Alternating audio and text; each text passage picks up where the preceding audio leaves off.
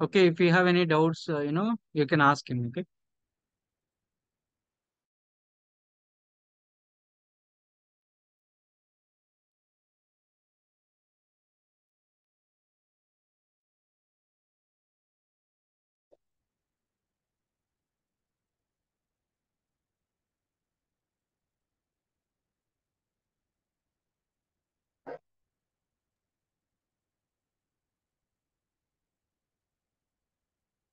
Okay, Upender, you can start now. I made you host. Yeah, thank you.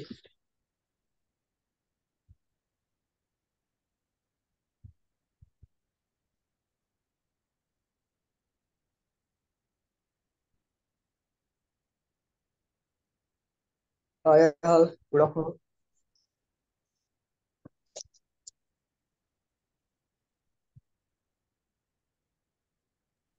Hi, Upinder. Good afternoon.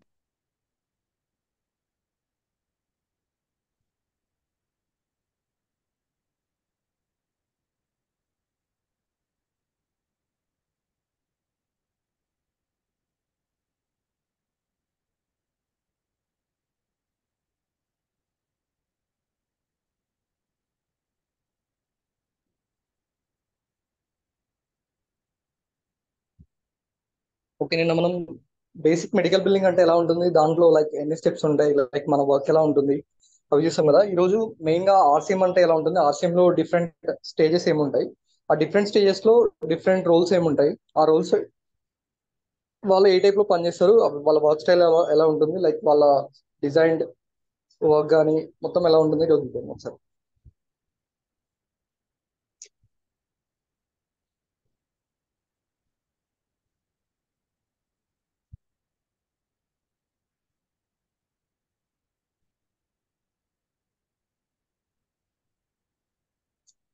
మీకు నా screen కనిపిస్తుందా? Yes. Okay, మీరు medical billing లో pre authorisation మీద కానీ, లేకపోతే ఏఆర్ కాలింగ్ కానీ, డినైల్ మేనేజ్మెంట్ కానీ, లేకపోతే ఎలిజిబిలిటీ వెరిఫికేషన్ దేని మీద అటెండ్ అయినా కూడా ఫస్ట్ మీకు వచ్చే క్వశ్చన్ ఏంటంటే, can you please explain about RCM. RCM అంటే ఏంటి? Revenue cycle management. నేను మీకు ముందే చెప్పాను, రెవెన్యూ సైకిల్ మేనేజ్మెంట్ అంటే మనం ఇప్పుడు వర్క్ చేసే medical billing, like medical field మొత్తం అంతా ఇదంతా మొత్తం ఈ ఆర్సీఎం కింద ఫాలో ఉంటుంది అనమాట. RCM means revenue cycle management. Revenue cycle management, revenue cycle management కిందకి ఇదంతా వస్తుంది అనమాట. మనం చేసే జాబ్ కానీ, రోల్స్ కానీ, డిఫరెంట్ కైండ్ ఆఫ్ జాబ్స్ కానీ, అవి మొత్తం ఆర్సీఎం కింద వస్తాయి అనమాట. సో ఆర్సీఎం అనేది మెయిన్ గా ఆర్సీఎం లో ఫస్ట్ మెయిన్ స్టెప్ ఎవరు? పేషెంట్. ఆర్సీఎం లో ఫస్ట్ స్టెప్ ఎవరు?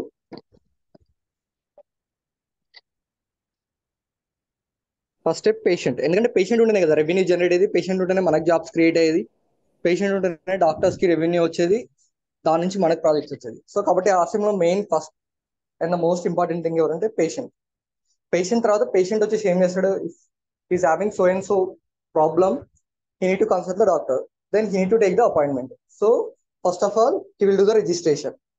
సో తర్వాత స్టెప్ ఏం చేసుకుంటాడు, రిజిస్ట్రేషన్ చేసుకుంటాడు. రిజిస్ట్రేషన్ లో తను ఏం చేస్తాడు, తన డెమోగ్రఫిక్స్ కానీ, తన డేట్ ఆఫ్ బర్త్ కానీ, తన ఏజ్ కానీ, తన ఉండే ఏరియా కానీ, తన అడ్రస్ కానీ, తన ఫోన్ నెంబర్ కానీ, తనకున్న ఇన్సూరెన్స్ డీటెయిల్స్ కానీ, అవన్నీ రిజిస్ట్రేషన్ లో తను ఇచ్చేసాడు అనమాట. ఎవరికి? ప్రొవైడర్ కి. ఎవరి దగ్గర అయితే అపాయింట్మెంట్ తీసుకున్నాడో, అపాయింట్మెంట్ తీసుకునే డాక్టర్ కి తన డేటా మొత్తం ఇచ్చేసాడు అనమాట, తనకుండే ఇన్సూరెన్స్ కానీ అవి కానీ. సో తర్వాత నుంచి రెస్పాన్సిబిలిటీ ఎవరిది? డాక్టర్ది అనమాట. సో ఆ పేషెంట్ ఇన్సూరెన్స్ యాక్టివ్ ఉందా, ఇన్యాక్టివ్ ఉందా, సో తనకి ఏ సర్వీసెస్ కవర్ అవుతున్నాయి, ఏ సర్వీసెస్ నాన్ కవర్ అవుతున్నాయి, ఇవన్నీ తెలుసుకోవడం అనేది ఎవరి చేతిలో ఉంది? ఇప్పుడు డాక్టర్ చేతిలో ఉంది. సో పేషెంట్ సింపుల్ గా ఏం చెప్తారంటే, నా దగ్గర ఉన్న ఇన్ఫర్మేషన్, ఇన్సూరెన్స్ ఇన్ఫర్మేషన్ ఎవ్రీథింగ్ నీకు ఇచ్చేసిన, సో నాకు ఏ రెస్పాన్సిబిలిటీ లేదు, తర్వాత రెస్పాన్సిబిలిటీ అంతా నీదే. సో నువ్వు చూసుకో ఇంకా, అంటే లైక్ అది యాక్టివ్ ఉందా, ఇన్యాక్టివ్ ఉందా, ఏది ప్రైమరీ ఉంది, ఏది సెకండరీ ఉంది, నాకు ఏ సర్వీసెస్ కవర్ అవుతున్నాయి, ఏ సర్వీసెస్ కవర్ అవ్వట్లేదు, అవి మొత్తం నువ్వు చూసుకొని ఇస్తాడు అనమాట. సో దాని తర్వాత రిజిస్ట్రేషన్ అయిపోయిన తర్వాత ఇంకొక స్టెప్ ఉంటుంది ఈ మధ్యలో, అది దీంట్లో యాడ్ చేయలేదు. తర్వాత మనం నెక్స్ట్ స్టెప్ ఏం చేస్తామంటే ఎలిజిబిలిటీ వెరిఫికేషన్. ఇవి మీకు నిన్న చెప్పాను కదా, ఇది ఎలిజిబిలిటీ వెరిఫికేషన్ అని చెప్పేసి. ఎలిజిబిలిటీ వెరిఫికేషన్ స్టెప్ ఉంటుంది అనమాట. సో డాక్టర్ ఏం చేస్తాడంటే ఒక కేసు లాగా దాన్ని క్రియేట్ చేస్తాడు. సో ఎలిజిబిలిటీ వెరిఫికేషన్ కంటే ముందు టీం ఇంకొకరు ఉంటారు, వాళ్ళు పేషెంట్ షెడ్యూలర్స్ అంటారు అనమాట. వాళ్ళ పేషెంట్ షెడ్యూల్ చేస్తారు అనమాట. సో వాళ్ళ వరకు ఎలా ఉంటుందంటే, మనకు ఉండే సాఫ్ట్వేర్ లో డాక్టర్ యొక్క లైక్ స్లాట్స్ అన్ని ఉంటాయి అనమాట. లైక్ ఒక డే ఉంది అనుకో, మనలాగా డైరెక్ట్ డాక్టర్ దగ్గరికి వచ్చేసి అపాయింట్మెంట్ ఓపీ తీసుకొని డాక్టర్ వచ్చేదాకా వెయిట్ చేసేసి 1 by 1 అలా వెళ్ళరు అనమాట వాళ్ళు. సో అంత సిస్టమేటిక్ ఉంటుంది కాబట్టి సో డాక్టర్ కి స్లాట్స్ ఉంటాయి అనమాట.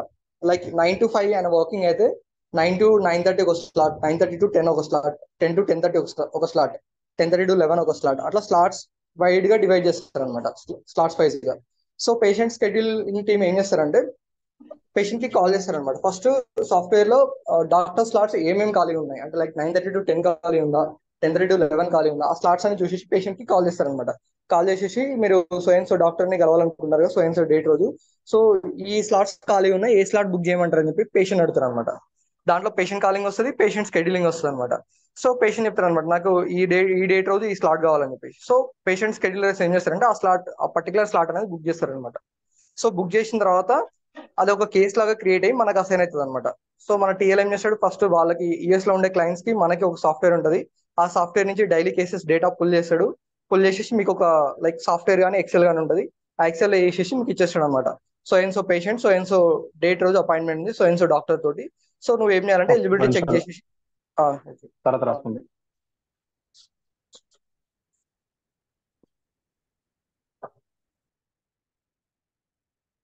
సో డేట్ రోజు సో అపాయింట్మెంట్ ఉంది, సో నువ్వు ఎలిజిబిలిటీ చెక్ చేయని చెప్పి మన కేసు అసైన్ అవుతుంది అనమాట.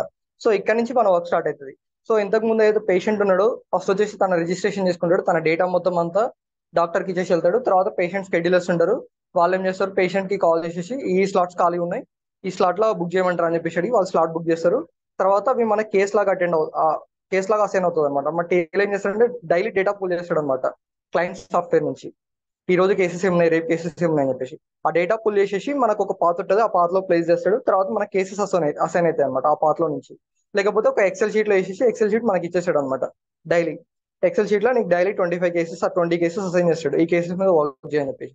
సో మనకు డేటా వచ్చిన తర్వాత మనకు మెయిన్ లైక్ రెస్పాన్సిబిలిటీ, లైక్ మనం ఏం పర్ఫామ్ చేయాల్సి ఉంటుంది అంటే, ఫస్ట్ ఆఫ్ ఆల్ మనం ఎక్కడైనా ఇంటర్వ్యూలో చెప్పేటప్పుడు కానీ ఎవరికి చెప్పేటప్పుడు కానీ like what is your work flow అని చెప్పేసి క్వశ్చన్ ఇంటర్వ్యూలో అడిగినారు అనుకోండి, first of all we will get the data from my TL through excel or through software.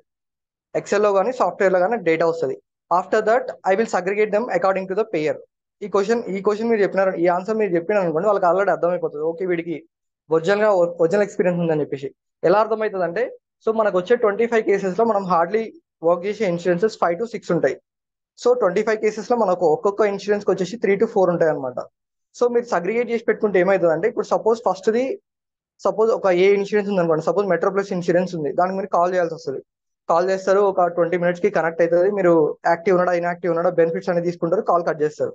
Second 8 ఉంటుంది, అది పోర్టల్లో దొరికిపోతుంది మీకు. సో పోర్టల్లోకి వెళ్తారు, డేటా అంతా తీసుకుంటారు, ట్యాబ్స్ అని ఫిల్ చేసేస్తారు, క్లోజ్ చేస్తారు.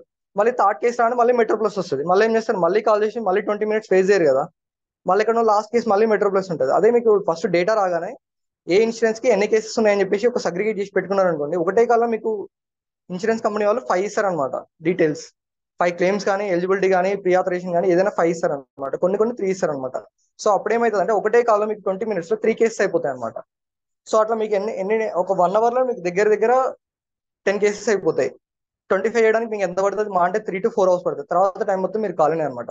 సో నేను కూడా మా కంపెనీలో అంతే చేస్తాను అనమాట, జస్ట్ డిన్నర్ బ్రేక్ వరకు ఎంటైర్ కేసెస్ అన్ని క్లోజ్ చేసుకుంటాను, తర్వాత మొత్తం చిల్ ఇంకా.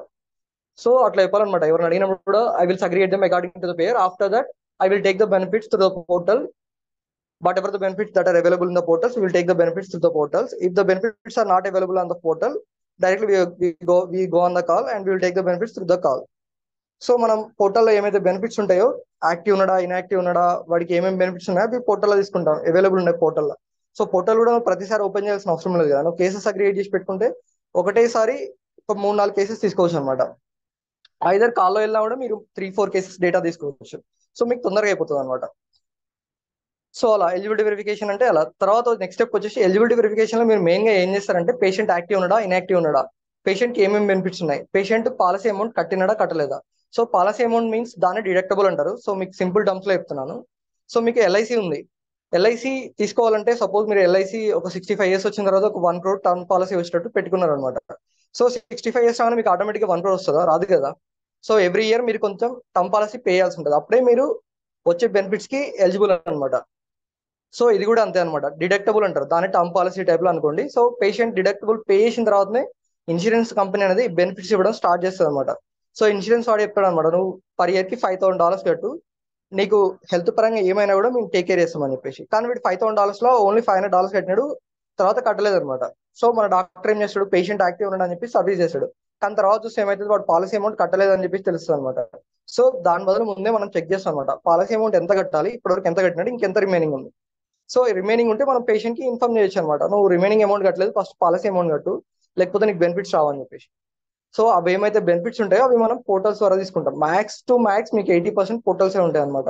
ఆ పోర్టల్స్ కూడా మీకు ఏముండవు, జస్ట్ మీకు లైక్ ఎట్లుంటది అంటే పేషెంట్ ఐడి ఉంటుంది, డేటా ఉంటుంది. సపోజ్ నేను మీకు చూపిస్తాను ఒక నిమిషం.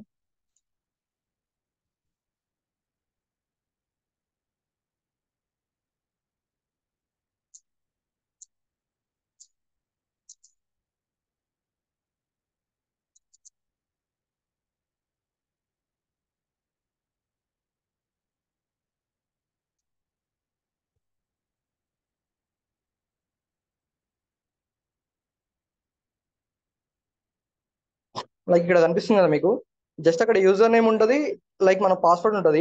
అది ఎంటర్ చేయగానే మనం డైరెక్ట్ పోర్టల్కి లాగిన్ అయిపోతాం. డైరెక్ట్ పోర్టల్కి లాగిన్ అయిపోగానే ఇక్కడ మీకు ఈబీ అని చూపిస్తుంది కదా, ఇక్కడ క్లారిటీ లేదు ఇమేజ్, ఎలిజిబిలిటీ వెరిఫికేషన్ అనమాట. దాని మీద క్లిక్ చేయగానే patient ID, date of birth అడుగుతుంది అనమాట. సో అది మనం డైరెక్ట్ ఎంటర్ చేయగానే మనకి ఏమొస్తుందంటే, లైక్ పేషెంంట్ యాక్టివ్ ఉన్నాడా, ఇన్యాక్టివ్ ఉన్నాడా, డిడక్టబుల్ ఎంత ఉంది, లైక్ $5,000 ఒక మంచి బార్ చార్ట్ లాగా వేసి పెడతాడు అనమాట వాడు. సో మనకి ఇక్కడ ఏంటంటే డైలీ ఈచ్ అండ్ ఎవ్రీథింగ్ మనకు క్రిస్టల్ క్లియర్ గా ఉంటుంది అనమాట. సో మనం దేని నుంచి వరి అవ్వాల్సిన అవసరం లేదు. సో మనకి అక్కడ patient ID, date of birth వేసి సబ్మిట్ కొట్టగానే పేషెంట్ యాక్టివ్ ఉన్నాడా, ఇన్యాక్టివ్ ఉన్నాడా, లైక్ డిడక్టబుల్ ఎంత ఉంది, ఎంత మెయింటైన్, ఎంత రిమైనింగ్ ఉంది అని చెప్పి క్లియర్ ఉంటుంది అనమాట. ఆ డీటెయిల్ తీసుకుంటాము. ట్యాబ్స్ ఉంటాయి అనమాట మనకి, డిడక్టబుల్ మ్యాక్స్ ఎంత ఉంది, ఎంత మెయింటైన్, ఎంత రిమైనింగ్ ఉంది, పేషెంట్ ప్లాన్ ఎఫెక్టివ్ డేట్ ఎప్పుడు, ఎండ్ డేట్ ఎప్పుడు, ఏ టైప్ ఆఫ్ ప్లాన్, ఆ ట్యాబ్స్ ఫిల్ చేసి కేసు సబ్మిట్ చేస్తాం అనమాట. తర్వాత వచ్చేసి మనకి ప్రీ ఆథరైజేషన్. సో ఇక్కడ మీకు ఒక రోల్ కవర్ అయింది అనమాట, మీ జాబ్ రోల్. అంటే లైక్ మనం మెయిన్ గా చెప్పుకునేది ఎలిజిబిలిటీ వెరిఫికేషన్ అని చెప్పాను అనమాట. ఎలిజిబిలిటీ వెరిఫికేషన్ లో మీరు చేసే వర్క్ ఇంతే ఉంటుంది అనమాట, ఇప్పుడు నేనైతే చెప్పినానో అదే ఉంటుంది అనమాట. So next preauthorization. So preauthorization లో మనకి మెయిన్ గా వచ్చేసి ఏముంటుందంటే, పేషెంట్ ఒక సర్వీస్ తీసుకున్నాడు. సో యూఎస్ లో ఏం చేస్తారంటే, ప్రతి ఒక్క సర్వీస్ ఇన్సూరెన్స్ కి అర్థం కాదు కదా. సో నేను వచ్చిన, నాకు లెఫ్ట్ లెగ్ లో ఏదో పెయిన్ ఉంది, సమ్ ఎంఆర్ఐ స్కాన్ కావాలి, ఎంఆర్ఐ స్కాన్ అని చెప్పిన. So so and so X person వచ్చినాడు, తనకి లెఫ్ట్ లెగ్ లో పెయిన్ ఉంది, తనకి షుగర్ ఉంది, షుగర్ ట్రీట్మెంట్ ప్లస్ పెయిన్ కి ట్రీట్మెంట్ చేసినాడు. ఇంకొక అతను వచ్చినాడు, తనకి పెయిన్ ఉంది, షుగర్ ఉంది, బీపీ ఉంది. సో 3 ట్రీట్మెంట్ ఒకటేసారి చేసినాడు. సో ఇన్సూరెన్స్ కంపెనీకి మనకు బిల్స్ పంపించిన ప్రతిసారి ఈ ట్రీట్మెంట్ డేటా అంతా పంపిస్తే వాళ్ళకి అర్థం కాదు కాబట్టి, వాళ్ళు సింపుల్ గా ఏం చేస్తారంటే ఒక్కొక్క సర్వీస్ కి ఒక్కొక్క కోడ్ క్రియేట్ చేసుకుంటారు అనమాట. దానే సిపిటి కోడ్ అంటారు అనమాట. సో ఏం చేస్తారంటే ఆ సిపిటి కోడ్స్ మనకి ఇస్తారనమాట, ఏదైతే సర్వీస్ తీసుకోబోతారో. లైక్ నీకు లెగ్ సర్జరీ అనుకో, ఒక సిపిటి కోడ్ ఉంటుంది, లైక్ 52000, ఒక 5 డిజిట్స్ కోడ్ ఉంటుంది అనమాట, సింపుల్ చెప్పాలంటే. లేదు షోల్డర్ సర్జరీ అనుకోండి, ఒక 36475. లెగ్ ఇంజెక్షన్ వేయాలంటే J7298. అట్లా సిపిటి కోడ్స్ ఉంటాయి అనమాట.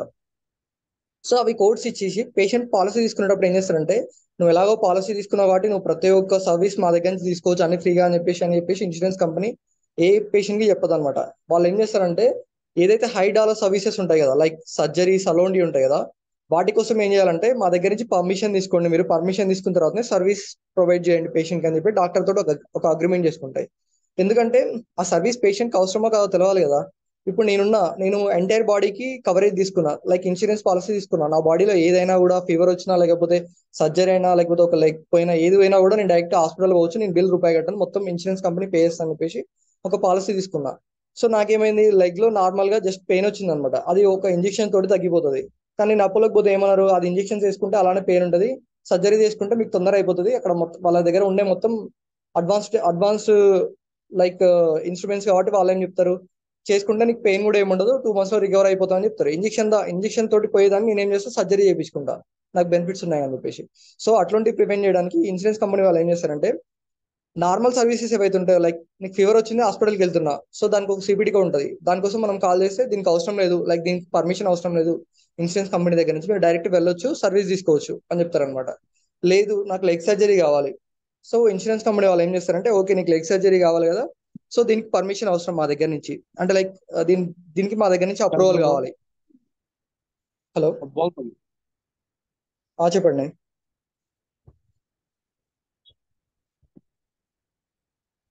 డౌట్ ఉందా ఏమన్నా? No, carry on. Okay, leg సర్జరీకి నేను ఆ డాక్టర్ దగ్గరికి వెళ్తున్నాను, నాకు పర్మిషన్ కావాలని చెప్పేసి ఇన్సూరెన్స్ కంపెనీ వాళ్ళని అడుగుతాం. ఇన్సూరెన్స్ కంపెనీ వాళ్ళు ఏం చెప్తారంటే, సో నీది పెద్ద సర్జరీ కదా, సో నీకు అంత మెడికల్ నెసెసిటీ ఉందా లేదా, అంటే లైక్ ఆ ప్రాబ్లం నీకు ఉందా లేదా మాకు ఎగ్జాక్ట్ తెలవాలంటే నీకు నీ దగ్గర ఉన్న మెడికల్ రికార్డ్స్, డాక్టర్ ఇంతకుముందు కన్సల్ట్ అయినావు కదా, ఆ కన్సల్ట్ అయిన రికార్డ్స్ మొత్తం నాకు పంపించేసి, స్కానింగ్స్ ఉంటాయి కదా, ఆ స్కానింగ్స్ అని నాకు పంపించేసి, ఆ స్కానింగ్ లో ఆ సర్టెన్ ప్రాబ్లం ఉందా లేదో మేము ఓకే చేసి చెప్తామని చెప్పి చెప్తారనమాట. సో అప్పుడు మనం ఆ డాక్యుమెంట్స్ అని త్రూ పోర్టల్నే మనం వర్క్ చేసేది. సో ఇది కూడా ఏముండదు అనమాట, పోర్టల్లో మనం పేషెంట్ ఐడి చేస్తాం, డేట్ ఆఫ్ బర్త్ చేస్తాం, సబ్మిట్ కొడతాం, తర్వాత సిపిటి కోడ్ అడుగుతుంది, ఆ సిపిటి కోడ్ అక్కడ ఎంటర్ చేస్తాం, సబ్మిట్ కొట్టగానే దీనికి పర్మిషన్ అవసరమా అవసరం లేదా అని వస్తుంది అనమాట. ఆథరైజేషన్ అవసరం, ఆథరైజేషన్ మీన్స్ పర్మిషన్ అవసరమా లేదా. నో అని అనుకోండి, డైరెక్ట్ మనం కేసు క్లోజ్ చేస్తాం, దీనికి పర్మిషన్ అవసరం లేదు, నువ్వు సర్వీస్ చేసుకోవచ్చు అని చెప్పేసి. లేదు ఆథరైజేషన్ అవసరం అనుకోండి, పక్కన నెక్స్ట్ ఆప్షన్ కొడితే డాక్యుమెంట్స్ అప్లోడ్ చేయమని వస్తుంది అనమాట. మనకి ఏమవుతుంది అంటే, మనకు ఉండే సాఫ్ట్వేర్ లో క్లియర్ గా మెన్షన్ చేస్తారు అనమాట డాక్యుమెంట్ సెక్షన్ లో. డాక్యుమెంట్స్ ఆ డాక్టర్ తోటి వెళ్ళిన డాక్యుమెంట్స్ ఉంటాయి కదా, ఆ డాక్టర్ నేమ్ పెట్టేసి క్లియర్ గా డాక్యుమెంట్ ఉంటుంది అనమాట. ఆ డాక్యుమెంట్ మనం డౌన్లోడ్ చేసి నీట్ గా దాంట్లో అప్లోడ్ చేసి సబ్మిట్ చేస్తాం అనమాట. సో వాళ్ళు అక్కడ ఉన్న ఇన్సూరెన్స్ కంపెనీకి ఒక మెడికల్ టీం ఉంటుంది, వాళ్ళు దాన్ని రివ్యూ చేస్తారు అనమాట. సో పేషెంట్ నిజంగానే నీలో అంత పెద్ద ప్రాబ్లం ఉందా, ప్రాబ్లం ఉంటే అప్రూవల్ ఇచ్చేస్తారు, సో డాక్టర్ సర్వీస్ చేసుకోవచ్చు. అప్రూవల్ అంత పెద్ద ప్రాబ్లం లేదనుకోండి, డినై చేస్తాడు అనమాట. డినై మీన్స్ రిజెక్ట్ చేస్తాడు, అంత పెద్ద ప్రాబ్లం కాదు అనేది, జస్ట్ ఇంజెక్షన్ తోటి తగ్గిపోతుంది, సో ఇంజెక్షన్ వేసుకున్న తర్వాత కూడా లైక్ ఇంకా తగ్గకపోతే అప్పుడు సర్జరీకి పోవచ్చు అని చెప్పి చెప్తాడు అనమాట. సో దీన్నే ప్రీ ఆథరైజేషన్ అంటారు అనమాట. ప్రీ ఆథరైజేషన్ మీన్స్ మనం పోయే డేట్ ఆఫ్ సర్వీస్ కంటే ముందే ఆ సర్వీస్ అసలుకి పేషెంట్ ప్లాన్ లో కవర్ అవుతుందా లేదా, దానికి ఇన్సూరెన్స్ కంపెనీ దగ్గర నుంచి పర్మిషన్ అవసరమా లేదా, అది ప్రీ ఆథరైజేషన్. ఇప్పుడు మీకు 2 జాబ్ రోల్స్ కవర్ అయినా, ఒకటి ఎలిజిబిలిటీ వెరిఫికేషన్, మీకు నేను చెప్పాను కదా, లైక్ ఈ కోర్స్ అయిపోయేసరికి మీరు 3 టైప్ ఆఫ్ జాబ్స్ కి ఎలిజిబుల్ అని చెప్పేసి. ఒకటి ఎలిజిబిలిటీ వెరిఫికేషన్, 2 ప్రీ ఆథరైజేషన్. ఇప్పుడు ఉన్న కండిషన్స్ లో ప్రీ ఆథరైజేషన్ కి బాగా డిమాండ్ ఉందన్నమాట. లైక్ చాలా వేకెన్సీస్ ఉన్నాయి, ఇప్పుడు మా కంపెనీలో ఉన్న 100 వేకెన్సీస్ కూడా ఓన్లీ ప్రీ ఆథరైజేషన్ మీదే ఉన్నాయి అనమాట. సో ప్రీ ఆథరైజేషన్ అనేది చాలా చాలా ఈజీ కాన్సెప్ట్, ఎలిజిబిలిటీ వెరిఫికేషన్ కూడా అంతే. సో మీరు సైన్స్ పోర్టల్కి వెళ్తారు, ఐడి డేట్ ఆఫ్ బర్త్ వేస్తారు, సబ్మిట్ కొట్టగానే పేషెంట్ యాక్టివ్ ఆర్ ఇన్యాక్టివ్ వస్తుంది, ఆయన కట్టాల్సిన పాలసీ అమౌంట్ ఎంత ఉంది, ఎంత కట్టినాడు, ఎంత రిమైనింగ్ ఉంది, అదే తీసుకుంటారు, అదే మీరు ట్యాబ్స్ ఉంటాయి దాంట్లో ఫిల్ చేసేస్తారు, సబ్మిట్ చేసేస్తారు. ఆథరైజేషన్ కి జస్ట్ ఆ పేషెంట్ కి ఏమైతే సర్వీస్ ప్రొవైడ్ చేస్తున్నారో దాని ఒక సిపిటి కోడ్ లాగా మీకు ఉంటుంది, అదే సిపిటి కోడ్ మీరు జస్ట్ పోర్టల్కి వెళ్తారు, ఐడి డేట్ ఆఫ్ బర్త్ వేస్తారు, సబ్మిట్ కొడతారు, నెక్స్ట్ సిపిటి కోడ్ వేస్తారు, ఆ సర్వీస్ కోడ్ సబ్మిట్ కొడతారు, అక్కడ ఆథరైజేషన్ నో ఆథరైజేషన్, నో ఆథ్ వస్తే దాని పైన ట్రాన్సాక్షన్ నెంబర్ అని ఉంటుంది అనమాట. మనం ట్రాన్సాక్షన్ రన్ చేసినాం కదా, ఆ రిఫరెన్స్ నెంబర్ ఉంటుంది, అది తీసుకొని కేసు క్లోజ్ చేస్తాం. సో వాళ్ళు ఆ రిఫరెన్స్ నెంబర్ కొడితే మనం రన్ చేసింది వస్తుంది అనమాట. లేదు ఆథరైజేషన్ రిక్వైర్డ్ ఉంది, నెక్స్ట్ స్టెప్ కొడతాము, డాక్టర్ డాక్యుమెంట్స్ ఉంటాయి. So science document, suppose Nikhil Vengaiah గారు అనుకోండి, నిఖిల్ వెంగయ్య డాక్యుమెంట్ అక్కడ ఉంటుంది అనమాట. సో డాక్యుమెంట్ డౌన్లోడ్ చేస్తాం, నీట్ గా అప్లోడ్ చేసేస్తాం, సబ్మిట్ చేస్తాం, తర్వాత దాన్ని ఫాలోఅప్ చేస్తాం. 2 డేస్కి ఒకసారి పోర్టల్కి వెళ్ళి చూస్తాం అనమాట, లైక్ పెండింగ్ ఉందా, అప్రూవల్ వచ్చిందా, రిజెక్ట్ అయిందా అని. సో ఇది ఆథరైజేషన్ పని. ఆథరైజేషన్ పని అనేది చాలా చాలా సింపుల్ ఉంటుంది, లైక్ మీరు వన్ డే చూసేస్తే అయిపోతుంది అనమాట, మీకు టోటల్ ఎంటైర్ ప్రాసెస్ అర్థమైపోతుంది. ఎందుకంటే మనం వర్క్ చేసేది 5 ఇన్సూరెన్స్, ఒక 3 పోర్టల్స్ ఉంటాయి, ఆ 3 పోర్టల్స్ 2-3 టైమ్స్ నువ్వు సబ్మిట్ చేసి మీకు అలవాటు అయిపోతుంది అనమాట. సో ఇది ఆథరైజేషన్ పని. దాని తర్వాత ఎన్కౌంటర్ ఫేసింగ్, పేషెంట్ వస్తాడు, డాక్టర్ని కలుస్తాడు అనమాట.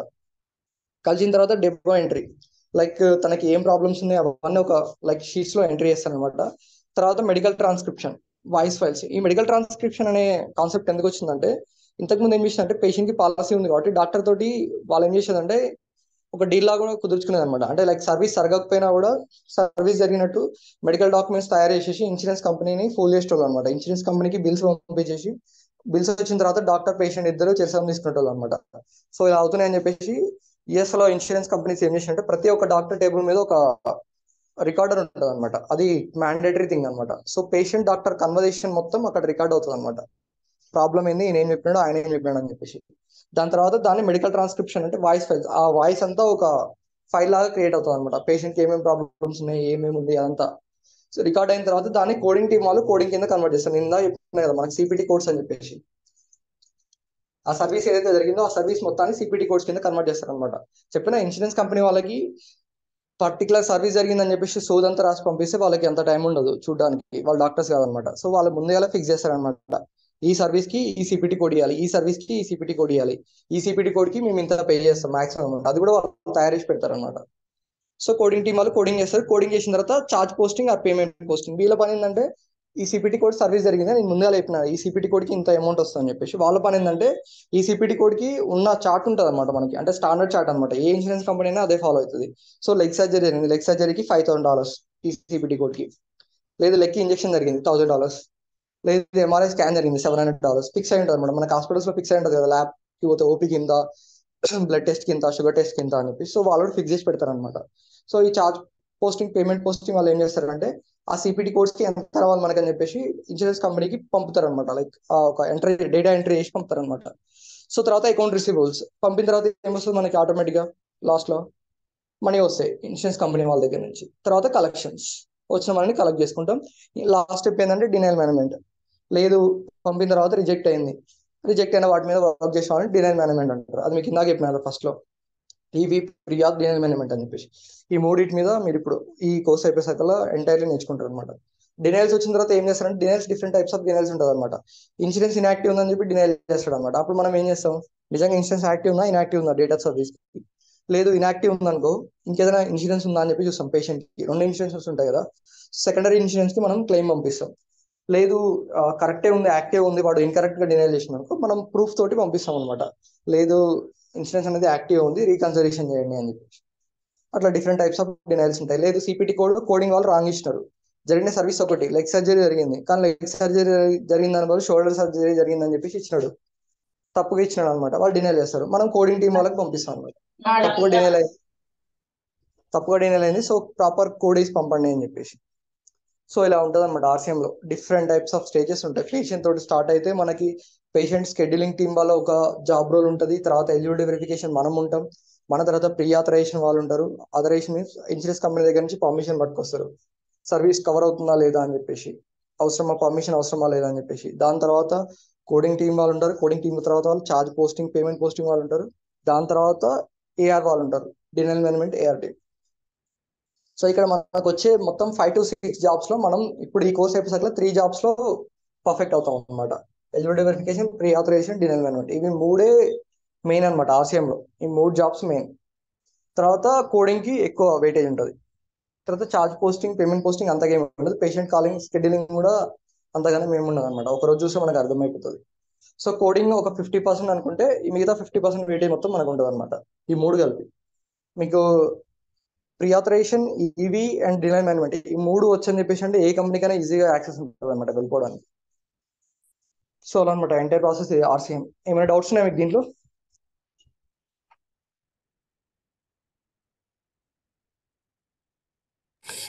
No. అది మొత్తం కాన్సెప్ట్ కానీ ఏదైనా కానీ సింపుల్ గా ఉంటుంది. సో మీరు నేర్చుకునే దాన్ని బట్టి ఉంటుంది అనమాట. చెప్పింది చెప్పినట్టు మీరు ఇంతే నేర్చుకున్నారు అనుకోండి ఈజీ అయిపోతుంది.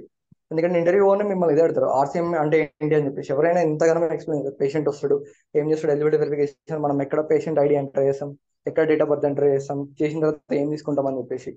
సో వాళ్ళు అడిగేది లిమిటెడ్ క్వశ్చన్స్ ఉంది అనమాట. ఎందుకంటే ఇక్కడ అడగడానికి క్వశ్చన్స్ పెద్దగా ఏముండవు, లైవ్ వర్క్ కూడా ఏముండదు అనమాట. ఇప్పుడు ఐటీలోకి వెళ్ళండి అనుకోండి, ఐటీలో ఫేక్ పెట్టి ఇంటర్వ్యూ ఇస్తే లైవ్ వర్క్ అడగడానికి చాలా ఉంటుంది అనమాట. ఆ డేటా డౌన్ అయినప్పుడు ఏం చేస్తావు, డేటా ఎట్లా పుల్ చేస్తావు, ఎక్కడికి కాపీ చేస్తావు, దాంట్లో ఎట్లా, దీంట్లో ఎట్లా అడుగుతుంది. దీంట్లో అవన్నీ ఏమి ఉండవు అనమాట. దీంట్లో అడిగేది జనరల్ క్వశ్చన్స్ అనమాట. ఆర్సీఎం అంటే ఏంటి అని అడుగుతారు అనమాట. సో నువ్వు ఎక్స్ప్లెయిన్ చేసే దాన్ని బట్టి వాళ్ళు నీకున్న నాలెడ్జ్ ని లైక్ క్యాలిక్యులేట్ చేస్తారనమాట. సో వాళ్ళు అడిగినప్పుడు మనం క్లియర్గా ఇట్లా చెప్పుకుంటారు. వాళ్ళు పేషెంట్ ఉంటాడు, పేషెంట్ తర్వాత ఫస్ట్ రిజిస్ట్రేషన్ చేసుకుంటాడు, తన ఉన్న డేటా మొత్తం ఇచ్చేస్తాడు.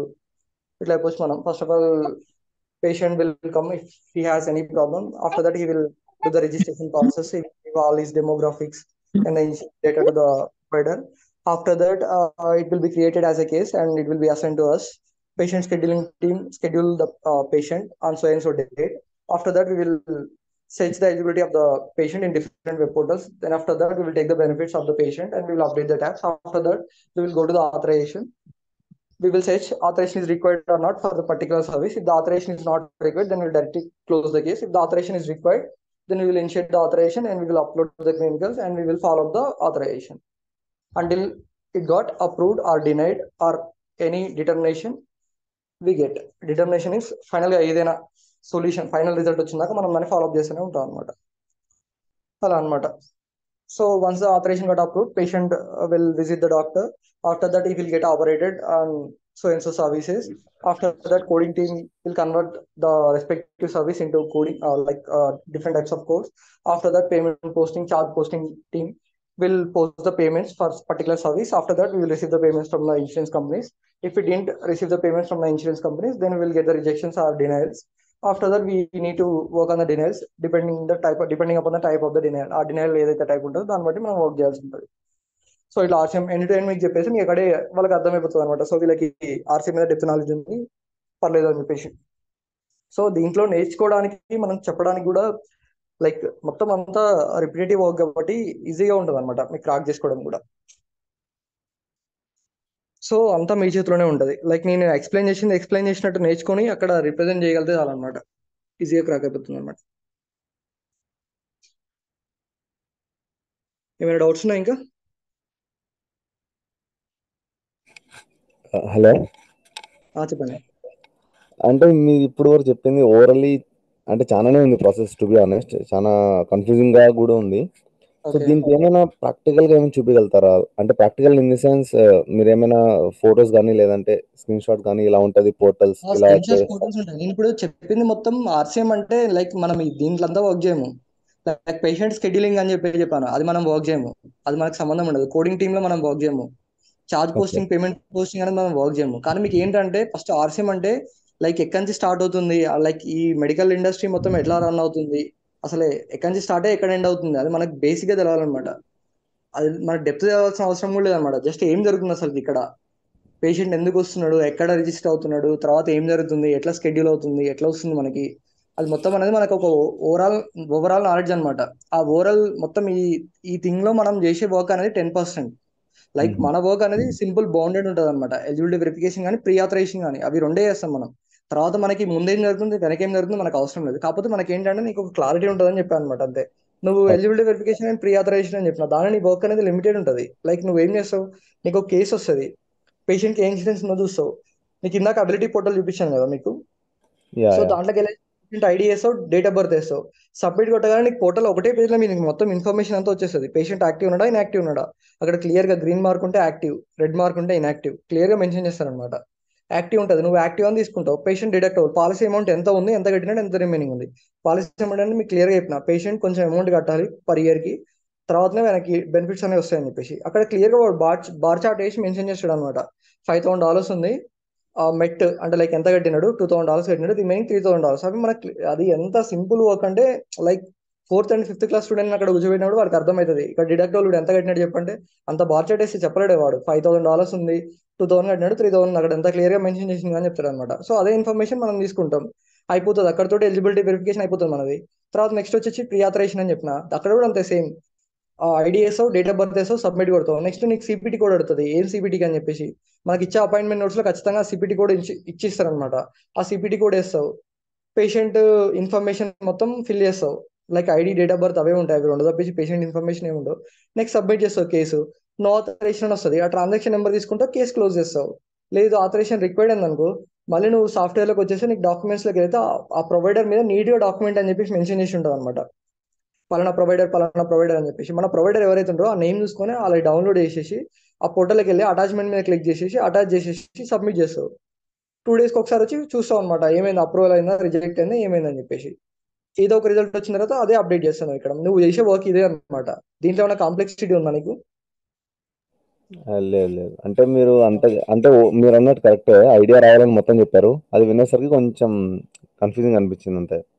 కన్ఫ్యూజింగ్ మీన్స్ ఇక్కడ కన్ఫ్యూజ్ అవడానికి ఏం లేదు.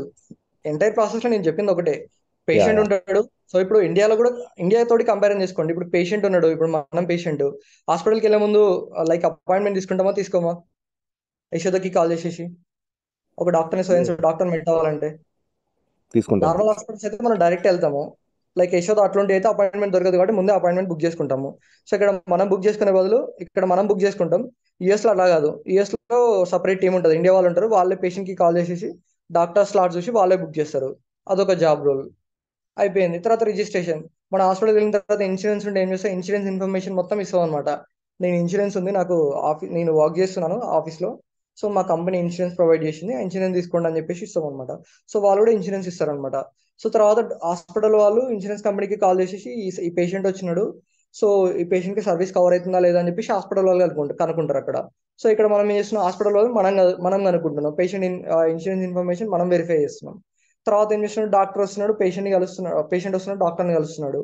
జరిగిన ట్రీట్మెంట్ మొత్తం కోడింగ్ వాళ్ళు కోడింగ్ చేస్తున్నారు. కోడింగ్ ఎందుకు చేస్తున్నారు, ఆ జరిగిన ట్రీట్మెంట్ మొత్తం ఇన్సూరెన్స్ కంపెనీకి పంపించేసి $100 అని చెప్పి ఎక్స్పెక్ట్ చేయలేము మనం. జరిగిన ఒక్కొక్క ట్రీట్మెంట్కి ఒక్కొక్క కోడ్ ఉంటుంది, ఆ కోడింగ్ లాగా కన్వర్ట్ చేస్తారు.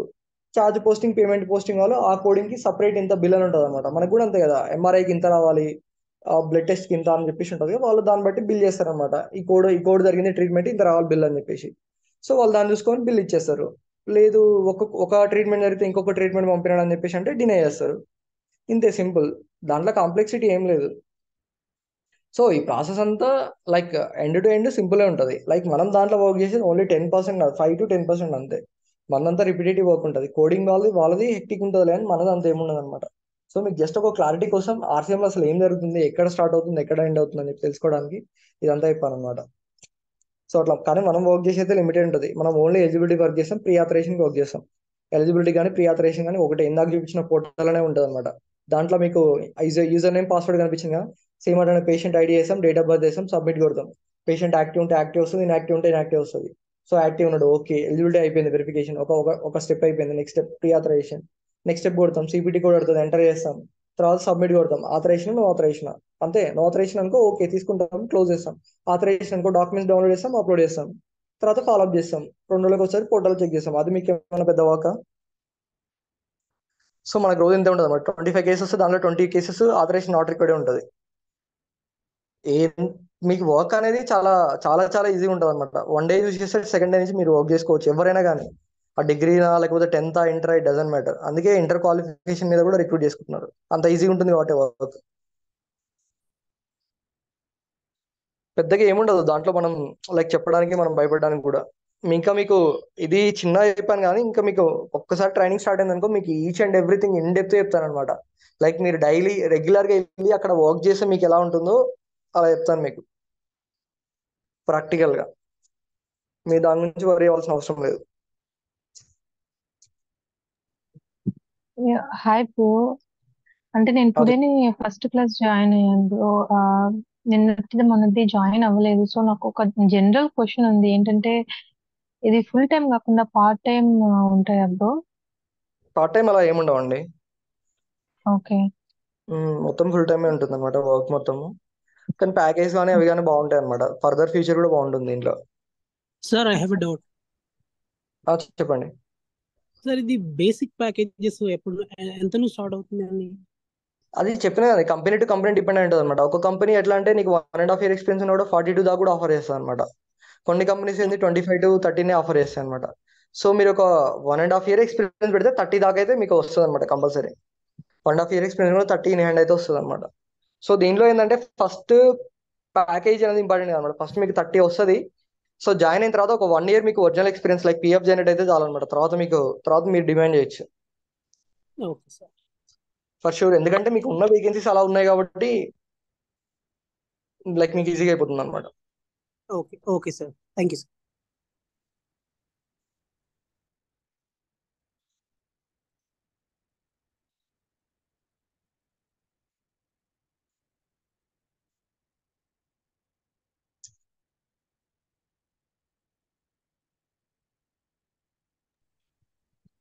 బ్రో నెక్స్ట్ బ్యాచ్ ఎప్పుడు స్టార్ట్ అవుతుంది? నెక్స్ట్ బ్యాచ్ అనేది చూడాలండి. ఈ బ్యాచ్ అయితే మండే నుంచి స్టార్ట్ అవుతుంది. మీకు ఇంట్రెస్ట్ ఉంటే ఒకసారి ఈ బ్యాచ్ లో జాయిన్ అవడానికి ట్రై చేయండి అనమాట. అంటే నాకు కొంచెం హెల్త్ ఇష్యూ ఉంది, సో నెక్స్ట్ బ్యాచ్ లో జాయిన్ అవుదామని అనుకుంటున్నాను. అదే ఈ బ్యాచ్ అయిపోయిన తర్వాత మ్యాథ్స్ ఉంటుంది. కిషోర్ గారితో ఒకసారి మీరు కాంటాక్ట్ లో ఉండండి, సార్ మీకు చెప్తారు. Okay okay okay. Yeah, Sandeep here, Kendra. Well, batch how many days? I mean, 20 days ఉంటుంది అనమాట. 20 days లో మీకు కంప్లీట్ గా అయిపోతుంది. 20 days.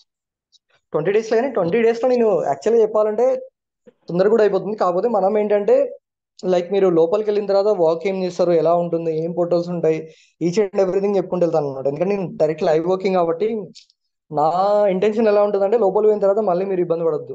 లైక్ సో కొంతమంది ఉంటారు అనమాట, అడుగుతుంటారు లైక్ ఏ సాఫ్ట్వేర్ మీద వర్క్ చేసిన ఇంతకు ముందు, లైక్ కాలింగ్ సాఫ్ట్వేర్ ఏముండేది మీకు, పోర్టల్స్ ఏం వర్క్ చేసినాం, ఇన్సూరెన్స్ ఏం వర్క్ చేసినాం అని చెప్పేసి.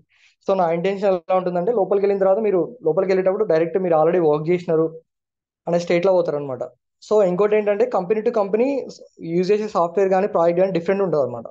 సో మీరు వాళ్ళకి లోపల పోయిన తర్వాత మళ్ళీ మీరు ఫ్రెషర్ లాగానే అనమాట. లోపల పోయిన తర్వాత మళ్ళీ మీకు ట్రైనింగ్ ఉంటుంది, మళ్ళీ మీకు బడి అప్ ఉంటుంది, మళ్ళీ మీకు ఈచ్ అండ్ ఎవ్రీథింగ్ చెప్తారనమాట. సో మీకు మెయిన్ గా ఏంటంటే లోపలికి వెళ్ళినప్పుడు మీకు ఒక రిఫరెన్స్ కావాలన్నమాట. సో ఇంతకు ముందు ఏం చేసినట్టే చెప్పడానికి ఒకటి కావాలన్నమాట. ఆ రిఫరెన్స్ అనేది నేను ఇస్తాను అనమాట ఎండ్ టు ఎండ్. ఎందుకంటే లోపలికి వెళ్ళినప్పుడు మీరు వర్క్ చేసే సాఫ్ట్వేర్ ఒకటి ఉంటుంది, ఆ సాఫ్ట్వేర్ మీద మళ్ళీ మీకు ఫ్రెష్గా ట్రైనింగ్ ఇస్తారనమాట. సో మీరు ఇంతకుముందు ఏ సాఫ్ట్వేర్ వాడారని చెప్పేసి అడుగుతారు. సో పలానా సాఫ్ట్వేర్ నా నేమ్ కావాలి మీకు, నేను నేను నేమ్ మీకు చెప్తాను. నేను ఆ సాఫ్ట్వేర్ మీద మీరు ఎలా వర్క్ చేస్తారు అది ఎంటైర్ ప్రాసెస్ నేను చెప్తా అట్లా. సో మనం కంపెనీ టు కంపెనీ వర్క్ అనేది డిఫరెంట్ ఉంటుంది కాబట్టి లోపల పోయిన తర్వాత మళ్ళీ మీకు ట్రైనింగ్ ఉంటుంది. సో దాని నుంచి వరి అవ్వాల్సిన అవసరం లేదు. కానీ మనకు వర్క్ ఫ్లో ప్రాసెస్ ఎలా ఉంటుంది, ఎక్కడ చెక్ చేస్తాం ఏంటి అనేది బేసిక్స్ అనేది తెలవాలి కాబట్టి అవన్నీ నేను చెప్తాను. సో మీరు లోపల పోయే తర్వాత కూడా పెద్ద టెన్షన్ పడాల్సిన అవసరం ఉండదు. చెప్పొచ్చు ధైర్యంగా, నేను దీని మీద వర్క్ చేశాను, ఈ సిబిటీస్ మీద వర్క్ చేశాను, ఈ పోర్టల్స్ వర్క్ చేశాను, వీటికి ఆథరైజేషన్ రిక్వైర్డ్ ఉంటుంది, వీటికి రిక్వైర్డ్ ఉండదు, వీటికి ఎందుకు రిక్వైర్డ్ ఉంటుంది అంటే ఎందుకు రిక్వైర్డ్ ఉంటుంది, వీటికి ఎందుకు రిక్వైర్డ్ ఉంటుంది అంటే ఇవి బేసిక్ సర్వీసెస్, ఇవి ఏమేమి డిఫికల్టీస్ ఫేస్ చేసినాం అంటే ఆ ఇన్సూరెన్స్ కంపెనీ కాల్ తొందరగా కనెక్ట్ కాదు, ఈ సాఫ్ట్వేర్ వాడేది మేము, ఈ ఇన్సూరెన్స్ చేసేది, ఈ పోర్టల్లో ఎన్ని కేసెస్ చేసేది, ఈ సిబిటీ కోడ్స్ ఉంటాయి మాకు, అట్లా ఈచ్ అండ్ ఎవ్రీథింగ్ చెప్పడానికి ఉంటుంది అనమాట ఈ ట్రైనింగ్ అయిపోయేసరికి. Yeah, got it. Thanks, Tanvir. So when it comes to this eligibility and pre-authorization, I mean, what I understood is eligibility is all about we are checking whether a patient is eligible for a particular medical thing which he is coming Yes. to, and also whether he has paid his due premium amount or not. That is all about eligibility. Yeah, So when exactly. Good. pre-authorization, so we'll be checking whether that particular the medical thing which he want to do will require a pre-authorization from the provider or not. That is right. Yes, from the So insurance then, company or not? yeah, then so is there any timeline for the provider to approve or deny the his case, or else it depends on the provider? No, we didn't submit the authorization request to the provider. We will submit the insurance authorization request to the insurance company. We are working on behalf of the provider, right? So if the patient wants to meet the provider, like he has some CPT code, like he had some service, like for the leg surgery, we have like some CPT code 36475. So we need to get the permission from the insurance company before the date of service. Like service తీసుకునే ముందర మనం insurance company దగ్గర నుంచి permission తీసుకోవాలి, దీనికి authorisation అవసరమా, దీనికి approval అవసరమా కాదని చెప్పేసి. So for every insurance company the TAT అంటే turn around time will be 14 days, T+14 days. Like patient 14 days తర్వాత కేసెస్ అని మనం ఇప్పుడు చేయాల్సి ఉంటుంది. సో 14 days అంటే ఇప్పటి నుంచి ఎంత వస్తుంది, జూన్ 14th కేసు అని మనం ఇప్పని చేయాలి. సో ఇప్పుడు నేను వర్క్ చేసే కేసు అని 14 days తర్వాత కేసు ఉంటుంది అనమాట. సో ప్రతి ఒక్క ఇన్సూరెన్స్ కంపెనీ ఆథరైజేషన్ రిక్వైర్డ్ అంటే రివ్యూ చేసేసి అప్రూవ్ చేయడానికన్నా డినై చేయడానికన్నా ఉండే టైం ఏంటంటే 14 days. మ్యాక్స్ తీసుకునే టైం 14 days. 14 days లోపల ఖచ్చితంగా ఏదైనా ఒకటి చెప్పాలి, ఐదర్ అప్రూవలా డినైలా ఏదైనా ఒకటి. సో మనం 14 days లో ఉంటాం అనమాట. టాట్ ఎప్పుడు టర్న్ అరౌండ్ టైం టాట్ మనకు 14 days ఉంటుంది. 14 days తర్వాత కేసెస్ మనం ఈ రోజు చేస్తాం అనమాట. సో ఈ రోజు చేసేసి ఆథరైజేషన్ రిక్వైర్డ్ అంటే ఈ రోజు సబ్మిట్ చేసేస్తాం. ఆ 14 days లో ఏదైనా ఒక మనకి డిటర్మినేషన్ వస్తుంది. కొన్ని సార్లు ఏమవుతుందంటే టాట్ లో ఉన్నాం అనమాట, టాట్ లో ఉండక లేకపోతే ఫ్లో ఎక్కువ అయ్యి ఏదైనా ఒక ఇష్యూ అయ్యి అప్పుడు ఏమైందంటే 3 days కేసెస్ 4 days కేసెస్ ఉన్నాయి. అప్పుడు మనం రిక్వెస్ట్ ని ఎక్స్పెడైట్ చేస్తాం అనమాట. Expedite means patient life and death situation ఇది. సో పేషెంట్ సివియర్ పెయిన్ తోటి ఉన్నాడు, సో కాబట్టి తొందరగా రివ్యూ చేయరా అని చెప్పేసి అంటాం. వాళ్ళు అప్పుడు ఏం చేస్తారంటే తొందరగా రివ్యూ చేస్తారు అనమాట, ప్రియారిటీ కేసు కింద కన్వర్ట్ చేసి. సో ఇప్పుడు మా కంపెనీలో కానీ ఏ కంపెనీలో కానీ అంతమంది రిక్వైర్మెంట్ ఎందుకుందంటే, ఇప్పుడు మీకు మా కంపెనీలో చెప్పినాను 100 vacancies అని చెప్పేసి. 100 vacancies రావడానికి మెయిన్ రీజన్ ఏంటంటే యాక్చువల్ గా 50 members ఉన్నారు అనమాట. 150 members వర్క్ వస్తుంది రోజు వర్క్ లో. యాక్చువల్గా వాళ్ళు T+14 కేసెస్ చేయాలంటే లైక్ 14 days తర్వాత కేసెస్ ఈ రోజు చేయాలి, కానీ వాళ్ళు రేప్ కేసెస్ ఈ రోజు చేస్తున్నారు అనమాట. సో అంత వర్క్ లో ఉందన్నమాట. సో దాన్ని మెట్ అవ్వాలంటే మనకి ఫస్ట్ FTs కావాలి, అంటే మ్యాన్ పవర్ కావాలి. సో మ్యాన్ పవర్ లేరు. సో రిక్వైర్మెంట్ అందుకే అంత హ్యూజ్ ఉంది అనమాట. సో నువ్వు బేసిక్ చెప్పి ఇప్పుడు నీకు ఉన్న క్లారిటీ ఉంది కదా, ఎలిజిబిలిటీ వెరిఫికేషన్ అంటే ఏం చేస్తావు అని చెప్పేసి అడుగుతారు. నేను సో అండ్ సో చేస్తా, లేదు ప్రీ ఆథరైజేషన్ అంటే ఏం చేస్తావు, సో అండ్ సో చేస్తా. ఓకే మీకు బేసిక్ నాలెడ్జ్ ఉంది, తీసుకుందాం. తర్వాత మన ప్రాసెస్కి వచ్చిందంటే మనం ట్రైనింగ్ ఇచ్చుకుందాం. ఇప్పుడు కాన్సెప్ట్ అందరూ అట్లా ఉందన్నమాట ఇన్సూరెన్స్ లైక్ ఆఫీస్ వాళ్ళు. సో వాళ్ళకి బేసిక్ తెలుసు, తర్వాత వచ్చినట్టు మనం ట్రైనింగ్ ఇచ్చుకుందాం. ఫస్ట్ అయితే తీసుకుందాం, మనకి ఇప్పుడు ఫస్ట్ అయితే మ్యాన్ పవర్ కావాలి ప్రాజెక్ట్ ఉండాలంటే. అలా ఉంది సిచ్యువేషన్. సో మనం వర్క్ చేసేది మీరు చెప్పినట్టు కరెక్ట్ అనమాట. ఎలిజిబిలిటీ వెరిఫికేషన్ చెక్ చేసాం, ప్రీ ఆథరైజేషన్ లో పర్మిషన్ ఆథరైజేషన్ అవసరమా లేదా అది అనుకుంటాం అనమాట. అది అనుకోవాలంటే వాళ్ళు మినిమం 14 days పడతారు అనమాట పంపిన దగ్గర నుంచి. సో మనం 14 days తర్వాత కేసెస్ ఈ రోజు చేస్తాం కాబట్టి ఇప్పుడు పంపించేస్తే 14 days లోపల మనకు అప్రూవల్ వచ్చేస్తుంది. సో అది ఏమైనా డౌట్ ఉందా ఇంకా? No. Thank you. So, మనం టేక్ కేర్ చేయాల్సింది ఏంటంటే we need to make sure that files are being taken care from our end, right? I mean, priority on Yes, priority, yes, we need to take the cases. yes, yes. Our main goal will be we need to be in the TAT T plus 14 days. First of all, if the authorization is required, then after whenever we submitting the documents, we need to check we send all the documents or not. Provider కి neat గా mention చేసి ఉంటుంది, ఆ provider documents అన్ని send చేసినావా లేదా proper గా check చేయాలి, అది ఒక్కటే చూసుకోవాలన్నమాట. Even though if you didn't send the documents, whenever you follow up, we need to ask the representative that is there an idea. First of all, మనం ఏమడతాం, first of all case initiate చేసినాం. After that whenever we follow up on the case, particular case, we need to call to the insurance company and we need to ask, we submitted this case on so and so date, I want to get the update on the case. వాళ్ళు అడతారు, can I get the pending case number?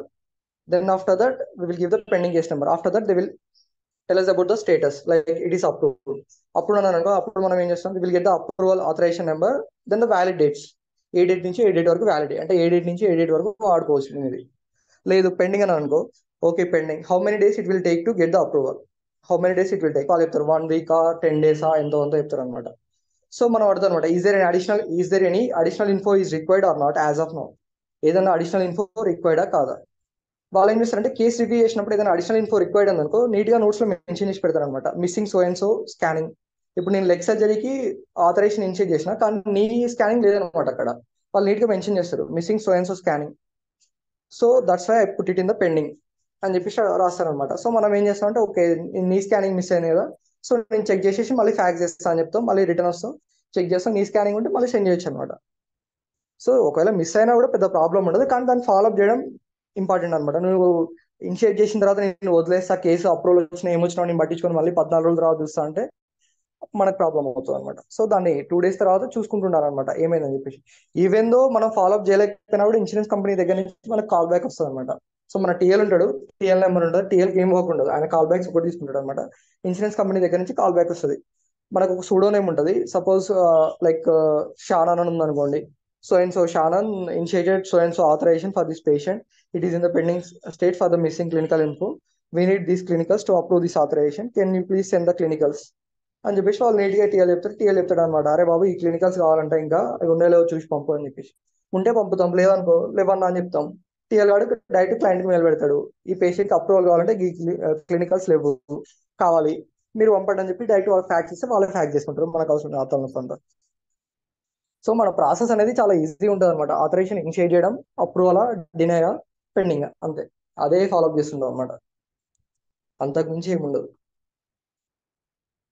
Yeah, got it, bro. Thank you.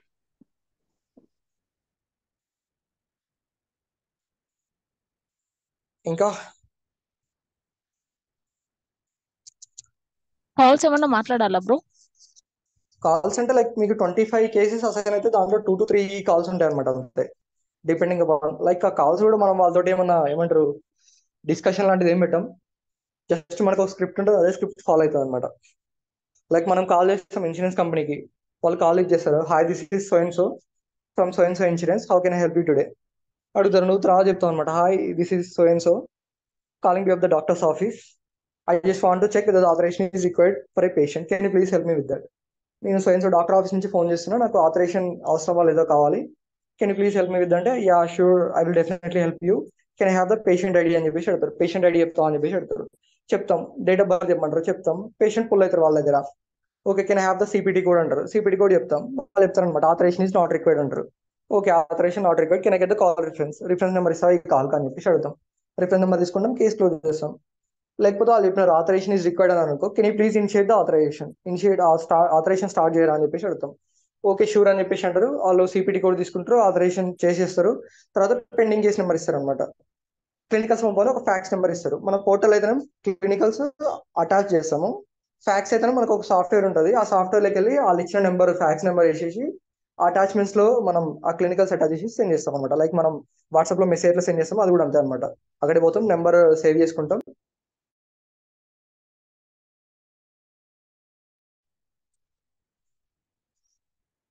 So అలా 1 to 2 calls ఉంటాయి max, కాకపోతే ఉన్నా కూడా పెద్ద matter ఏమి ఉండదు అనమాట. సో మీకు కాల్స్ ప్రాక్టీస్ కూడా చేపిస్తాను ఇంట్లో, ఎలా మాట్లాడాలి ఏంటి అని చెప్పేసి. మీకు డైరెక్ట్ స్క్రిప్టే కాబట్టి ఏముండదు, question to answer. Authorization required or not, CPT code అడుగుతారు, సిపిటి కోడ్ చెప్తావు, సిపిటి కోడ్కి ఆథరైజేషన్ రిక్వైర్డ్ అన్నమాట వాళ్ళు చెప్తారు, అయిపోతుంది అంతే.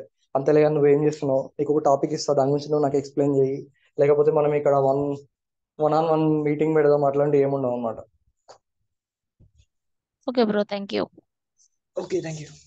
ఏమైనా డౌట్స్ ఉన్నాయా?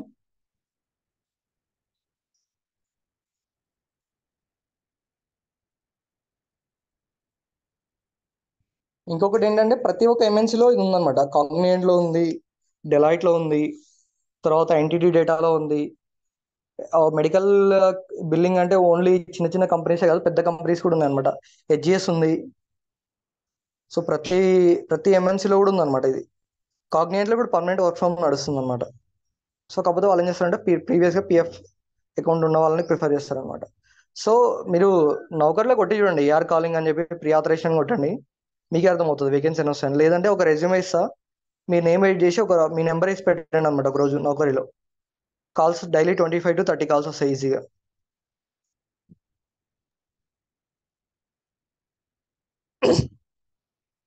కిషోర్ గారు ఉన్నారా మీరు?